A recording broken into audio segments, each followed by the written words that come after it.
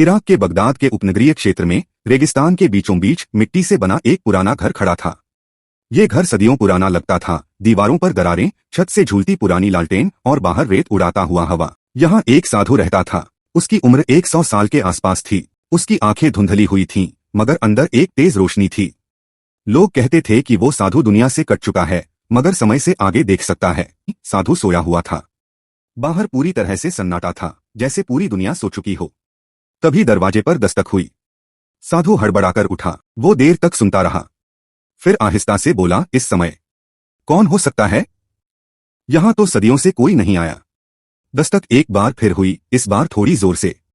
साधु ने लालटेन उठाई, दरवाजे की तरफ बढ़ा और दरवाजा खोला। वो दृश्य नाकाबिले यकीन था। दरवाजे पर दो नौजवान लड़कियां खड़ी थीं। उनकी आंखों में अजीब सी चमक थी, चेहरे नूरानी मगर परासराय। एक ने लाल चादर ओढ़ रखी थी और दूसरी ने नीला लिबास पहन रखा था जो रेगिस्तान के रंगों में खो जाता था। साधु कुछ पल उन्हें बस देखता ही रह गया, फिर किसी होश में आकर बोला, तुम कौन हो और इस वीरान रेगिस्तान में? इस समय लड़कियों ने नरमी से जवाब दिया, हम बसरा जा रही थीं मगर रास्ता भटक गए। रेगिस्तान की रात खतरनाक है। अगर आप इजाजत दें तो एक रात आपके यहां गुजार लें। साधु ने फौरन दरवाजा खोल दिया, आओ अंदर आओ। रेगिस्तान की रात वास्तव में जालिम होती है। लड़कियां अंदर आईं, घर में एक कोने में बैठ गईं। साधु ने उन्हें खाने के लिए खजूर और दूध दिया। लड़कियां शुक्रिया अदा करके सो गईं, मगर साधु नहीं सोया। वो उन्हें देखता रहा। उसकी आंखों में अब सुकून की जगह तड़प थी, जैसे सदियों की प्यास हो। रात के तीसरे पहर जब सब सो रहे थे, अचानक एक लड़की चौंक गई। उसने महसूस किया कि कोई उसके करीब खड़ा है। आंख खोलकर देखा, साधु उसके बिल्कुल सामने था और उसे ऐसे घूर रहा था जैसे उसकी आंखों से कोई और दुनिया निकल रही हो।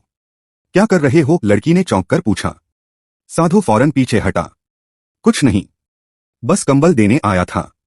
ठंड लग रही होगी। लड़की ने गुस्से से कंबल लिया और करवट बदलकर लेट गई, मगर साधु वहीं खड़ा रहा।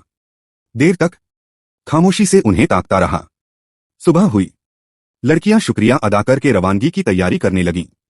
साधु ने आवाज दी, कहां जा रही हो? बसरा अभी भी बहुत दूर है, एक दिन और रुको, मैं तुम्हारे जाने का इंतजाम कर दूंगा। लड़कियों ने शुक्रिया अदा किया मगर कहा, हमें जाना है, बहुत देर हो चुकी है। साधु उनके करीब आया। अब उसकी आंखों में कशिश नहीं, हौसला इश्क थी। रुको, मैं कहता हूं रुको। उसके लहजे में अब दरारें थीं। लड़कियां पीछे हटने लगीं।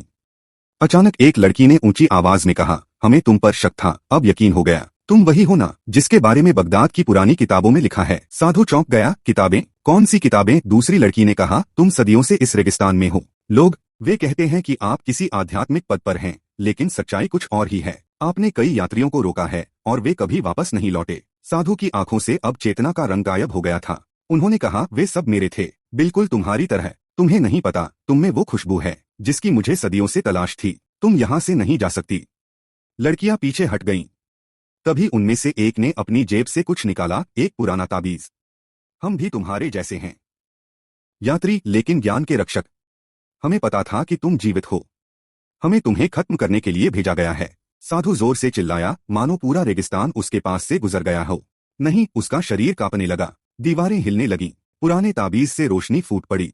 लड़कियां दोनों हाथ उठाकर प्रार्थना करने लगीं।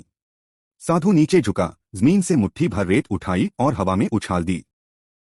एक पल के लिए सब कुछ गायब हो गया। जब धुआं छंटा तो साधु गायब हो चुका था। जमीन पर सिर्फ एक पुरानी चादर पड़ी थी और एक आवाज गूंजी, मैं वापस आऊंगी जब रेगिस्तान फिर से सांस लेगा। लड़कियां चुपचाप ताबीज बंद करके वापस चली गईं। उनकी आंखों में शांति थी, लेकिन उनके दिल में वे जानती थीं, यह तो बस शुरुआत थी।